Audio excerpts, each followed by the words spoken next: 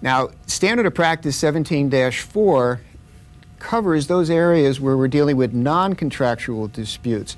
Remember, the most common contractual dispute in a procuring cause dispute was usually when a offer of compensation was made through the multiple listing service to a cooperating broker and to several cooperating brokers.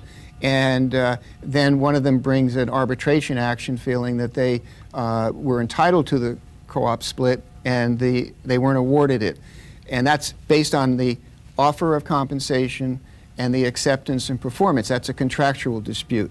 Well, we're running into examples now where there are certain non-contractual disputes.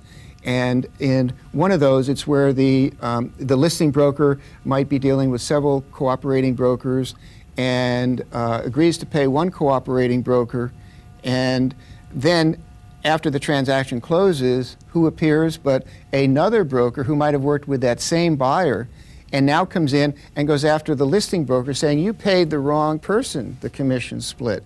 And what this particular 17-4 does, it allows a proceeding in which those two cooperating brokers can go after each other in the arbitration, and the listing broker does not have to appear, it will not be a party to that.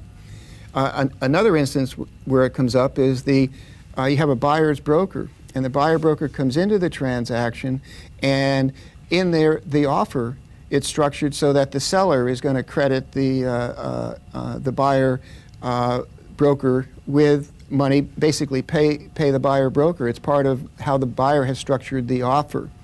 And the listing broker decides to reduce their commission and to allow this to go through. They feel it's a fair transaction. And then right after closing, here comes that other cooperating broker who also worked with that same buyer and now wants to bring a procuring cause arbitration action.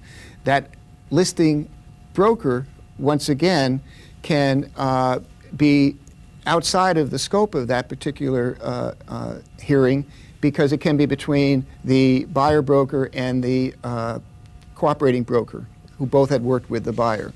And the third one is where the buyer broker is paid directly by the buyer, and the listing broker decides to reduce their commission, and then that other cooperating broker comes in. You see, the cooperating broker and these buyers have no contractual relationship.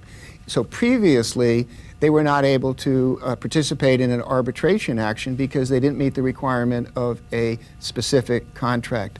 Here, in those instances, the National Association has decided to permit arbitration in these non-contractual areas.